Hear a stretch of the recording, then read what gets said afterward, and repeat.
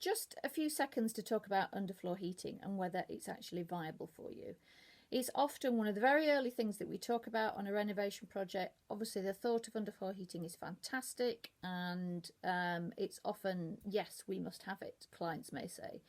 But then I've got to ask, actually, is it valuable? Every pound that you spend on your project, you must get the value back.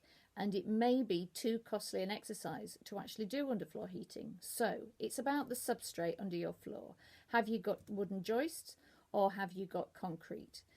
It's a much more expensive process if you've got concrete and you need to get to the same floor level that you've got at the moment.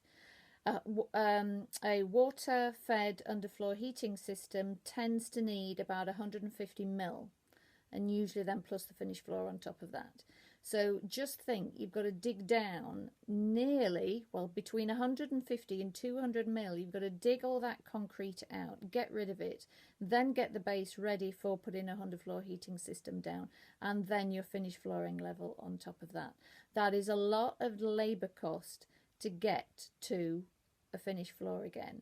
Now, the cost of all that, just a proportion of that, can get you some very nice radiators. So again, although underfloor heating sounds amazing, and yes, it's lovely, and if you absolutely want it, no questions asked, that's fine. But just think about it, it's not always worth the cost if it's not the priority in your whole renovation project.